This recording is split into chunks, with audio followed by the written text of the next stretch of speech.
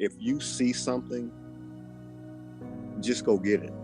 You know, you want to work in nature, go find somebody that can help you do that.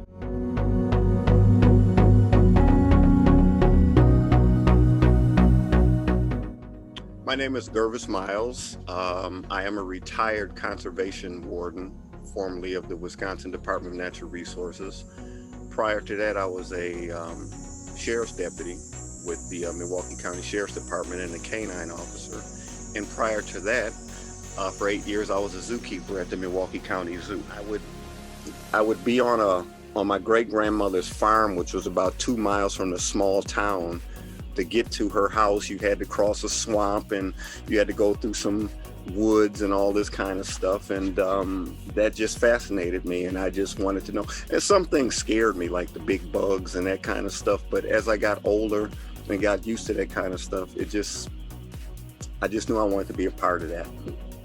At the Milwaukee County Zoo, I worked with animals, primarily for the first couple of years it was pachyderms, large mammals, pachyderms, and the final 6 years I was in the primate house. So that meant that I had to do a lot of reading and research and stuff like that. I had to know what I was working with in order to answer questions for the public and that kind of stuff. The Milwaukee County Sheriff's Department, that's a job I really didn't like, except being a canine officer. And then I had an opportunity to work for the DNR. It was law enforcement, enforcing fishing and hunting laws, recreational laws like boating, snowmobile, ATV, and then environmental laws, making sure that big companies and other people didn't violate the air and water laws of our state and that kind of stuff. So that's in DNR. I was the first black game warden. Didn't know that. That wasn't my goal to be the first black game warden. I just wanted to be a warden. But I was always reminded that I was a black game warden, not a warden, but a black game warden. But I didn't let that deter me. When I became a zookeeper, I got all kind of flack from people in my neighborhood.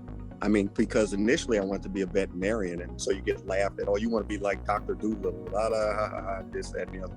And it's like, yeah, and I kind of got talked out of being a veterinarian, along with not being very good in math. When the zookeeper job came up, I applied for it, and I remember people laughing at me and saying, oh, that's cute, that's a nice seasonal job. But then I remember wanting to work with gorillas, and the stupid stuff people would say about that, like, well, gorillas don't like black people.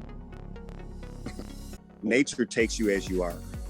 That's the crazy part about nature. Nature absolutely does not look at you and say, oh, we're going to give you a pass because you're this, or we're going to give you a hard time because you're this. No, nature treats you the same way.